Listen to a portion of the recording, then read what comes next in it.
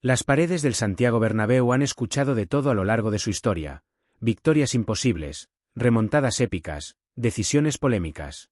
Pero pocas veces un silencio ha sido tan incómodo como el que se ha instalado ahora dentro del Real Madrid. Porque esta vez no se trata de un rival, ni de un árbitro, ni de la prensa. Esta vez, la amenaza venía de dentro. Durante semanas, incluso meses, en Valdebeba se repetía la misma sensación: alguien sabía demasiado. Movimientos internos que aparecían filtrados en redes antes de cerrarse, decisiones tácticas comentadas en tertulias apenas horas después de reuniones privadas, nombres de fichajes que surgían con una precisión inquietante. Al principio se pensó que era casualidad. Luego, que era mala suerte. Pero cuando el patrón se repitió una y otra vez, la palabra que nadie quería pronunciar empezó a tomar forma: traición. El Real Madrid es una fortaleza. O al menos siempre lo ha sido. Un club donde la información se protege como si fuera oro, donde los detalles estratégicos solo circulan entre muy pocos, donde el silencio es parte del ADN. Por eso, cuando Florentino Pérez fue informado de que varias operaciones internas habían sido anticipadas con exactitud milimétrica por fuentes externas, la reacción fue inmediata. No pública. No escandalosa. Silenciosa. Fría. Metódica. Se activó un protocolo interno que muy pocos conocían. No hubo comunicados, no hubo advertencias. Simplemente, se empezó a observar. Reuniones con listas de asistentes distintas, llamadas cruzadas, cambios mínimos en la información compartida para detectar por dónde se escapaba. Un método antiguo, casi artesanal, pero eficaz.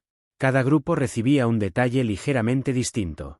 Un matiz en un nombre, una fecha alterada, una cifra modificada. Y solo uno de esos detalles terminó apareciendo fuera. Ahí empezó a cerrarse el cerco. Mientras tanto, en el vestuario el ambiente comenzaba a notarse extraño. Miradas que antes eran normales, ahora se analizaban. Comentarios que parecían inocentes, empezaron a generar dudas. El cuerpo técnico percibía tensión, aunque nadie decía nada en voz alta. Xabi Alonso, siempre meticuloso, pidió discreción absoluta y redujo el flujo de información incluso con su propio staff. No por desconfianza gratuita, sino porque sabía que algo no encajaba. La investigación interna avanzó sin prisas, pero sin pausas. No se trataba solo de descubrir quién filtraba, sino por qué. Porque en el Real Madrid nadie habla sin motivo. Y si alguien lo hacía, había algo más detrás: resentimiento, ambición, dinero, venganza, o una mezcla peligrosa de todo. Las sospechas empezaron a apuntar a una figura que jamás habría sido señalada en público. No era una estrella del once titular. Tampoco un recién llegado. Era alguien integrado, con acceso real a información sensible, alguien que llevaba tiempo dentro del ecosistema del club. Precisamente por eso, la traición dolía más. Cuando finalmente las piezas encajaron, la confirmación no llegó con gritos ni escenas dramáticas. Llegó con un informe. Frío. Detallado. Irrefutable. Fechas, conversaciones, coincidencias imposibles de negar. En ese momento, Florentino ya no tenía dudas. El Real Madrid había sido traicionado desde dentro. Pero lo más inquietante no era solo quién había pasado información, sino a quién. Porque las filtraciones no iban a cualquier medio. Siempre aparecían en momentos clave, siempre beneficiaban a terceros concretos, siempre debilitaban la posición del club en negociaciones sensibles. Y eso transformaba a una simple indiscreción en algo mucho más grave. La decisión estaba tomada desde el primer segundo: tolerancia cero. En el Real Madrid se puede fallar en el campo, se puede perder un partido, incluso un título. Lo que no se perdona es romper el pacto sagrado del silencio. Y esta historia, lejos de haber terminado, acaba de empezar a mostrar su lado más oscuro. Porque cuando una traición se confirma, las consecuencias nunca se quedan solo en una persona. Arrastran nombres, relaciones y verdades que muchos preferirían que jamás salieran a la luz. Y lo que viene a continuación promete sacudir al madridismo como pocas veces antes. Lo más inquietante del caso no fue descubrir que había una filtración, sino comprobar desde cuándo se estaba produciendo. Cuando el equipo de confianza de Florentino empezó a tirar del hilo, lo que apareció no fue un episodio aislado, sino una cadena prolongada de movimientos sospechosos que coincidían con algunos de los momentos más delicados de los últimos mercados. Operaciones que se torcieron a última hora, negociaciones que se encarecieron de forma absurda, nombres que aparecían en la prensa justo cuando el Real Madrid había pedido máxima discreción. Todo empezaba a tener sentido, y ese sentido era incómodo. En Valdebebas se empezó a reconstruir la cronología, como si fuera una investigación policial. Día a día. Reunión a reunión.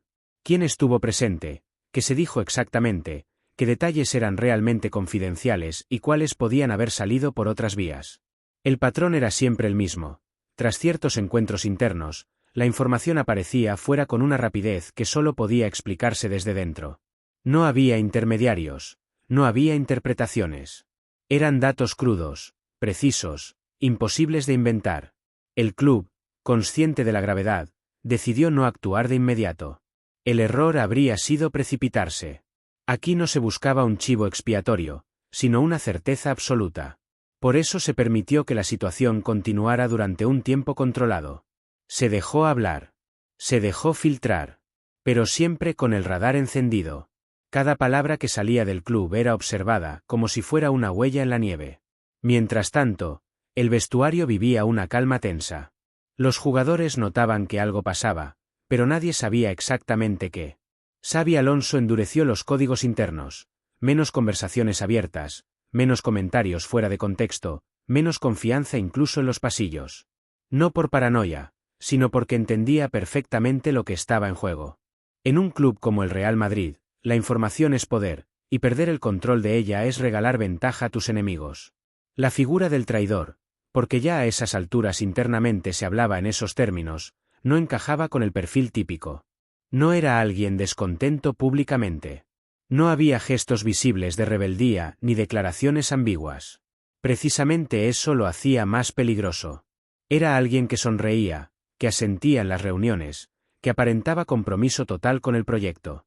Alguien que conocía los códigos del club, y sabía cómo burlarlos. Cuando se cruzaron los datos con filtraciones externas, apareció otro elemento perturbador.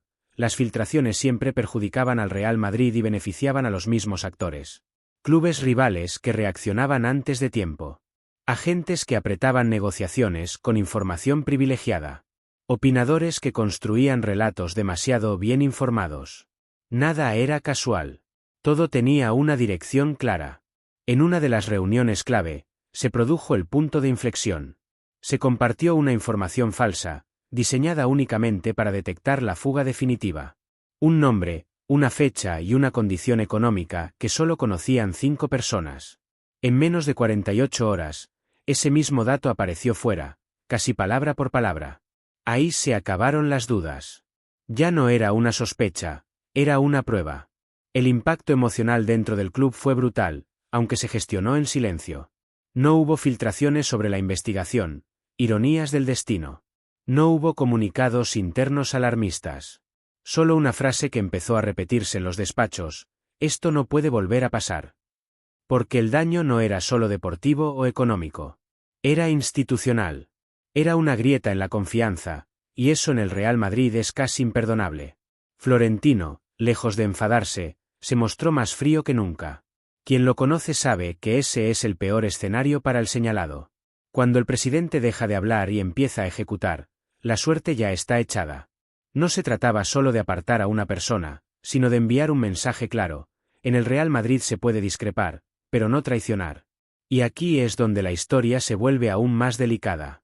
Porque cuando se empezó a analizar el alcance real de las filtraciones, se descubrió que no afectaban solo a fichajes o salidas.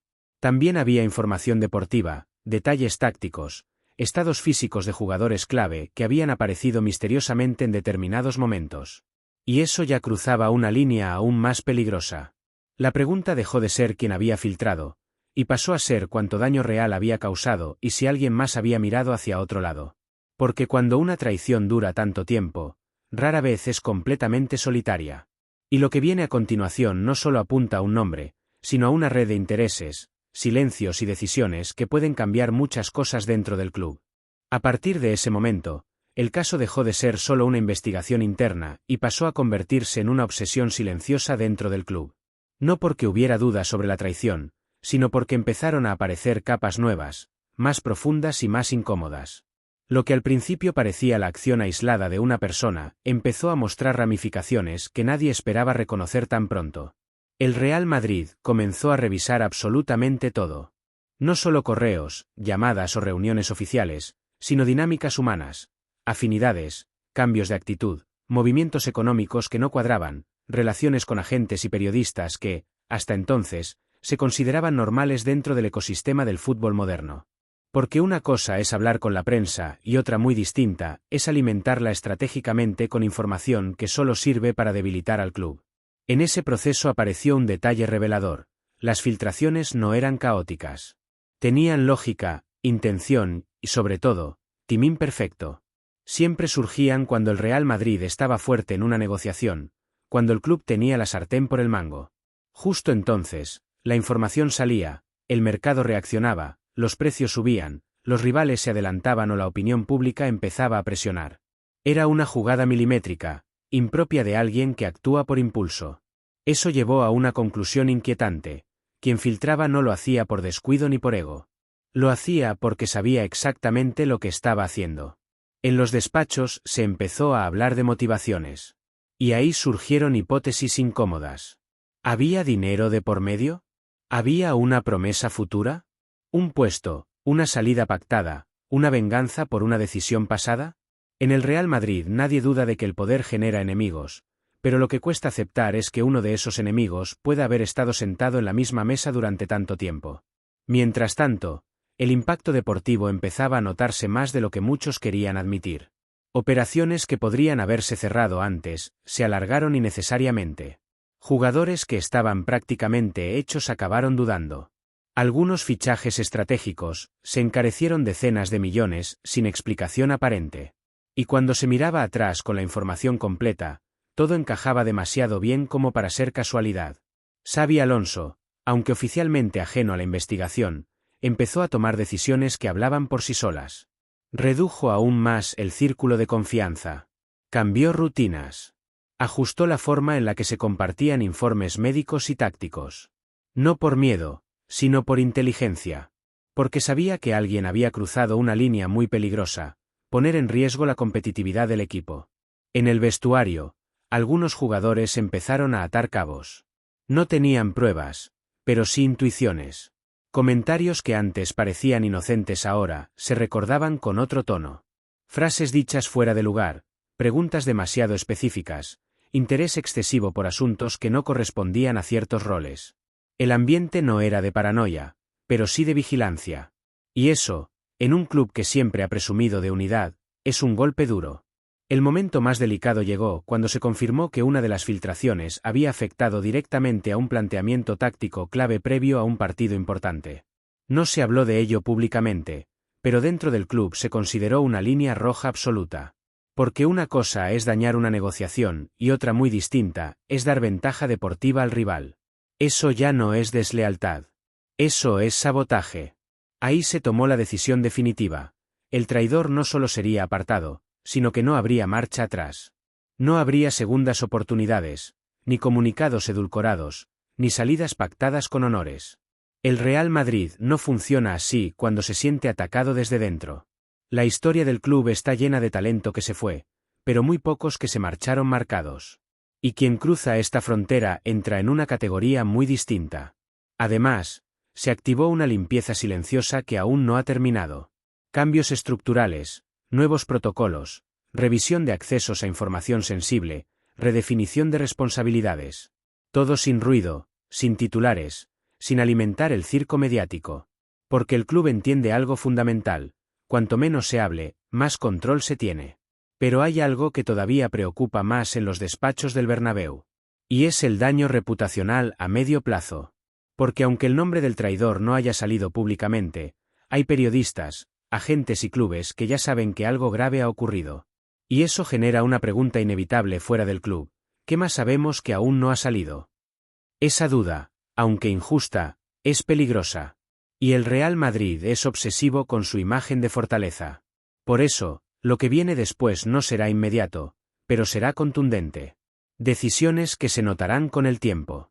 Salidas que parecerán deportivas, pero que en realidad responden a algo más profundo. Cambios que algunos no entenderán hasta dentro de meses, cuando todo empiece a encajar. Porque cuando el Real Madrid detecta una traición, no se limita a cerrarla. Reconfigura todo el sistema para que no vuelva a ocurrir jamás. Y en ese proceso, caen piezas que muchos jamás habrían imaginado ver fuera.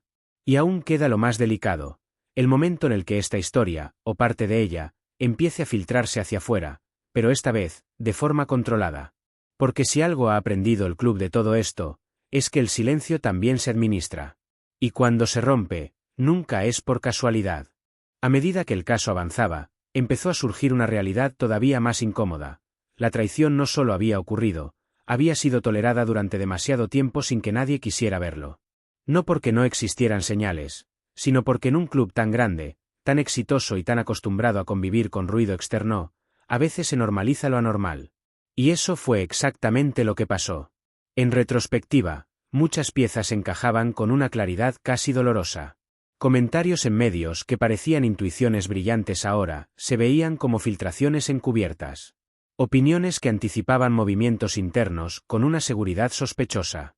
Incluso ciertos relatos negativos sobre el club, repetidos una y otra vez desde los mismos focos, adquirían un nuevo significado. No era análisis. Era información privilegiada disfrazada. Dentro del Real Madrid comenzó una revisión incómoda, casi introspectiva. No solo se trataba de señalar al culpable principal, sino de entender cómo había sido posible que alguien operara así durante tanto tiempo sin ser detectado. Y ahí apareció el verdadero problema: exceso de confianza. El club había creído tanto en su propia estructura, en su cultura de silencio y lealtad, que nadie imaginó que alguien pudiera jugar a dos bandas con tanta frialdad. El traidor, según los informes internos, no actuaba de forma impulsiva. Todo lo contrario. Era metódico, paciente, calculador. Sabía cuándo hablar y cuándo callar. Sabía qué información soltar y cuál reservar. Sabía, sobre todo, cómo no levantar sospechas. Y eso es lo que lo hacía especialmente peligroso. Porque no estaba fuera del sistema. Estaba perfectamente integrado en él. Cuando se analizaron las consecuencias deportivas con lupa, el impacto fue aún más grave de lo que se pensaba. No se trataba solo de fichajes frustrados o encarecidos. Había decisiones estratégicas que el club tomó creyendo que actuaba en un entorno controlado, cuando en realidad alguien estaba moviendo hilos desde dentro para condicionar reacciones externas. En un mercado donde cada detalle cuenta, esa ventaja regalada era imperdonable. Hubo partidos en los que el Real Madrid se encontró con rivales excesivamente bien preparados para ciertos ajustes tácticos. No de manera evidente, pero sí lo suficiente como para despertar dudas ahora que se revisa todo con perspectiva. Cambios de sistema neutralizados demasiado rápido. Jugadores clave presionados justo donde más daño podían hacer. Nada demostrable públicamente, pero sí inquietante cuando se conecta con el resto de elementos. Xabi Alonso, que siempre ha sido un obseso del control del detalle, fue uno de los primeros en exigir explicaciones internas.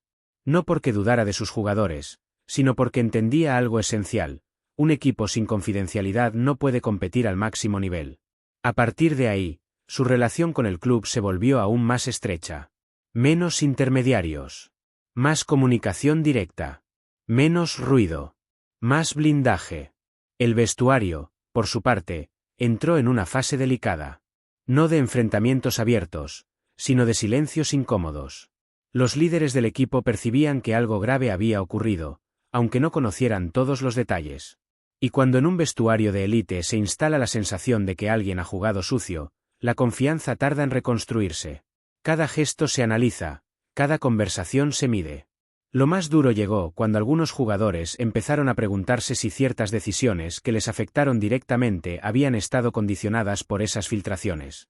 Renovaciones que se enfriaron. Salidas que se aceleraron. Promesas que parecían firmes y luego se diluyeron. No había pruebas, pero la duda ya estaba sembrada. Y en un club como el Real Madrid, la duda es veneno. En los despachos, Florentino fue claro con su círculo más cercano: este episodio no podía repetirse jamás.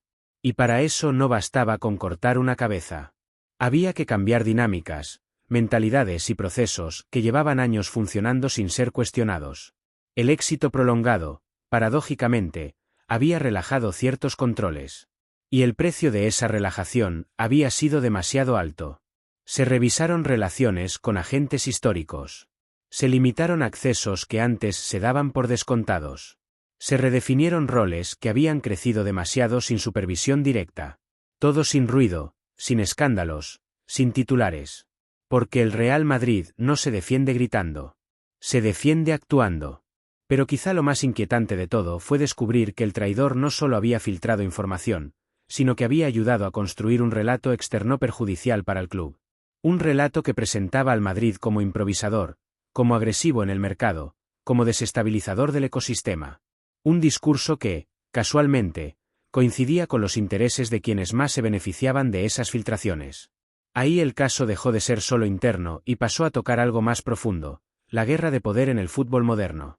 Porque hoy no solo se compite en el césped, sino en la información, en el relato, en la percepción pública.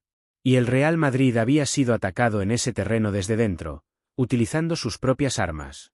La sensación en el club era clara, se había evitado algo todavía peor por muy poco. Si la filtración hubiera continuado un año más, el daño podría haber sido estructural. Y eso provocó una reacción casi instintiva, blindarse como nunca antes. Volver a una versión aún más hermética, incluso a costa de parecer distante o inaccesible. Lo que queda ahora es la digestión de todo este proceso. Porque aunque el traidor ya está identificado y neutralizado, las heridas tardan en cerrarse. Y porque, inevitablemente, este episodio va a marcar decisiones futuras que muchos no entenderán en su momento. Salidas inesperadas. Cambios abruptos. Rupturas de relaciones históricas. Todo eso llegará. No de golpe. No con un comunicado. Sino poco a poco, como suele hacer el Real Madrid cuando quiere reconstruir su fortaleza desde dentro. Y lo que viene después, aún más delicado, es el momento en el que esta historia empiece a rozar lo público. No con nombres directos, pero sí con señales. Con movimientos. Con silencios elocuentes. Porque cuando el Real Madrid decide cerrar una etapa oscura, lo hace asegurándose de que nadie vuelva a atreverse a cruzar esa línea. Con el paso de los días, el Real Madrid empezó a asumir algo que hasta entonces nadie se había atrevido a decir en voz alta. La traición había cambiado la forma en la que el club se miraba a sí mismo. No desde el miedo, sino desde una desconfianza nueva, más madura, más fría. Una desconfianza que no busca culpables constantes, sino estructuras más sólidas. Porque cuando una grieta aparece en un muro histórico, no basta con taparla, hay que reforzar todo alrededor. La prioridad absoluta pasó a ser el control total de la información. Y no solo de la información grande, sino de la pequeña, la aparentemente irrelevante, esa que suele filtrarse sin levantar alarmas y que, unida a otras piezas, permite a terceros reconstruir el puzzle completo. El club entendió que en el fútbol moderno no existen los detalles menores. Todo suma. Todo comunica. Todo puede ser utilizado en tu contra. Se redefinieron dinámicas internas que llevaban décadas funcionando casi por inercia. Accesos que antes se concedían por confianza ahora se limitaban por necesidad. No como castigo, sino como prevención. Se crearon compartimentos estancos, se redujeron intermediarios, se reforzó la comunicación directa entre los niveles clave del club. Menos voces, menos ruido, más control. El Real Madrid volvía, en cierto modo, a una versión más antigua de sí mismo, más cerrada, más inaccesible, más peligrosa para sus rivales. En paralelo, se empezó a trabajar el mensaje interno. Porque tan importante como cerrar la herida era explicar, sin dar nombres ni detalles, qué había pasado y que no se iba a tolerar jamás. No hubo reuniones masivas ni discursos grandilocuentes. Hubo conversaciones individuales, miradas serias, silencios largos. En el Real Madrid, cuando algo es grave, no hace falta levantar la voz. Basta con dejar claro que el margen de error ha desaparecido. Algunos miembros del club entendieron rápidamente lo que estaba ocurriendo. Otros tardaron más. Y hubo quienes, al verse fuera de ciertos círculos de información, comprendieron que el club ya no los consideraba imprescindibles. No se les señaló. No se les acusó. Simplemente, dejaron de estar donde antes estaban. En un club como este, esa es la señal más clara de que algo se ha roto. A nivel deportivo, el impacto empezó a notarse en decisiones aparentemente inconexas. Fichajes que se cerraron con una rapidez inusual. Renovaciones que se anunciaron sin filtraciones previas. Silencios prolongados ante rumores que antes se desmentían o alimentaban según convenía. El Real Madrid había decidido cambiar las reglas del juego mediático, menos reacción, más acción. Menos explicación, más hechos. Xabi Alonso fue una pieza clave en esta fase. No solo como entrenador, sino como gestor de un vestuario que necesitaba volver a confiar. Su mensaje fue claro y directo. El foco estaba en el campo, en el rendimiento, en la unidad. Nada de rumores, nada de especulaciones internas.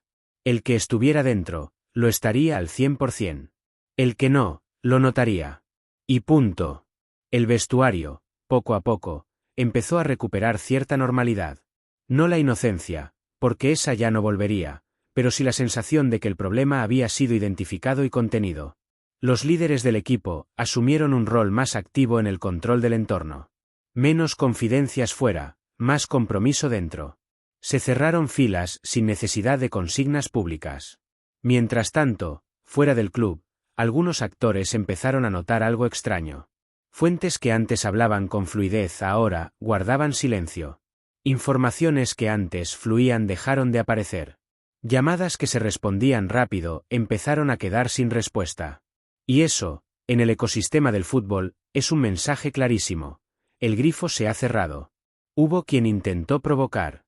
Sacar al Real Madrid de su silencio. Forzar reacciones. Publicar medias verdades esperando que desde dentro alguien corrigiera o ampliara. Pero no ocurrió. El club aguantó. Calló. Observó. Y ese silencio fue mucho más incómodo para los de fuera que cualquier desmentido. En los despachos se asumía que este episodio tendría consecuencias a largo plazo. No solo en términos de personas, sino de cultura. El Real Madrid había aprendido, quizá de la forma más dolorosa, que incluso las instituciones más fuertes pueden ser vulnerables si bajan la guardia. Y esa lección no se iba a olvidar pronto. Algunos vínculos históricos quedaron tocados.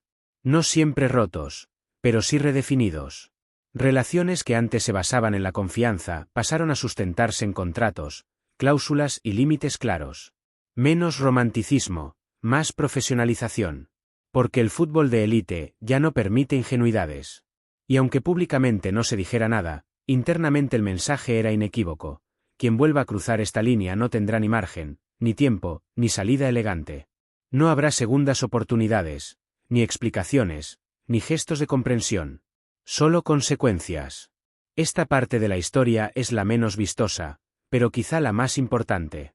Porque aquí es donde el Real Madrid se recompone, se endurece y se prepara para lo que venga. No desde el ruido, sino desde el control. No desde el miedo, sino desde la experiencia. Y aún queda el último tramo. El más delicado. El que tiene que ver con cómo y cuándo este episodio dejará de ser solo un asunto interno y empiece a reflejarse en decisiones visibles para todos. Porque cuando el Real Madrid cambia, siempre hay señales. Y algunas de ellas están a punto de aparecer. El Real Madrid no se limitó a cerrar el caso. Lo utilizó como punto de inflexión. Se reforzaron los códigos internos hasta niveles que no se veían desde hace décadas. Se volvió a una cultura casi militar del control informativo, donde cada palabra cuenta y cada silencio tiene un motivo. El club entendió que, en un entorno cada vez más agresivo, donde la información vale más que muchos jugadores, protegerla es una cuestión de supervivencia. A partir de ahí, empezaron a notarse cambios claros en el día a día. Menos filtraciones, menos rumores certeros desde dentro, menos exclusivas que siempre parecían ir un paso por delante. El Real Madrid volvió a ser imprevisible. Y eso, históricamente, es cuando más peligroso resulta para sus rivales. En el plano deportivo, el equipo se benefició de ese blindaje. Las decisiones volvieron a tomarse sin presión externa añadida. Las negociaciones se llevaron con mayor calma. Los tiempos los marcaba el club, no el entorno. Y esa tranquilidad se tradujo en seguridad, tanto en el vestuario como en los despachos. Xabi Alonso pudo trabajar con una estabilidad que se había visto amenazada durante meses sin que muchos lo supieran. El mensaje interno quedó grabado a fuego: la lealtad no se negocia. No importa el cargo, la antigüedad o los contactos. Quien juega contra el Real Madrid desde dentro, deja de formar parte de él para siempre. Y ese mensaje empezó a circular, sin necesidad de comunicados, por todo el fútbol europeo. Porque estas cosas, aunque no se publiquen, siempre se saben. Curiosamente, tras el cierre del caso, algunas voces externas cambiaron de tono. Opinadores que antes parecían tener información privilegiada, empezaron a equivocarse. Relatos que se construían con seguridad, se volvieron vagos. La narrativa perdió precisión. Y eso fue la confirmación definitiva de que el problema estaba resuelto. El grifo ya no solo estaba cerrado, había sido sellado. Para el madridismo, aunque no conozca todos los detalles, las señales son claras. Un club más hermético, más firme, menos explicaciones y más resultados. Un Real Madrid que vuelve a incomodar porque nadie sabe exactamente qué está preparando. Y eso, para el aficionado veterano, es casi una garantía de que algo grande se está cocinando. Este episodio quedará como uno de esos capítulos que rara vez se cuentan completos, pero que influyen en todo lo que viene después. Una lección dura, aprendida a tiempo. Una advertencia interna que marcará a futuras generaciones dentro del club.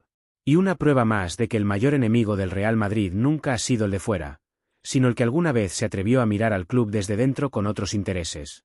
El Madrid sigue. Siempre sigue.